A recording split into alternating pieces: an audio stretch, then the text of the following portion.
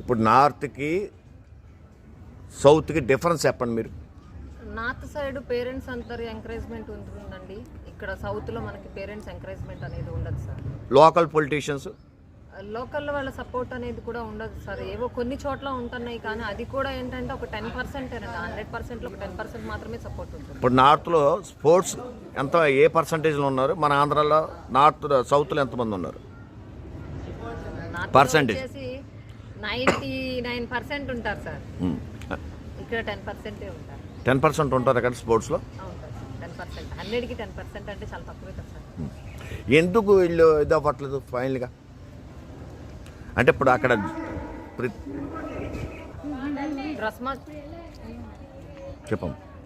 చెప్పమ్మా అప్పుడేమో ఇప్పుడు పేరెంట్స్ ఏ రకంగా మారితే స్టూడెంట్స్ మారుతారు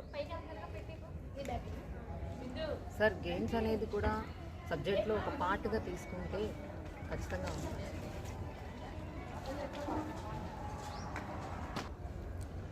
అకాడమీస్ అన్నారు కదా, అంటే అన్ని గేమ్లకి సంబంధించింది ఒకటే ఉంటుందా, లేకపోతే అక్కడ నార్త్లో ఎన్ని ఉన్నాయి, మన సౌత్లో ఉందా లేదా? అసలే అది క్లియర్గా చెప్పండి సార్. అకాడమీస్ అనేవి ఏ గేమ్కి సంబంధించి అకాడమీ ఆ గేమ్కి ఉంటుందండి.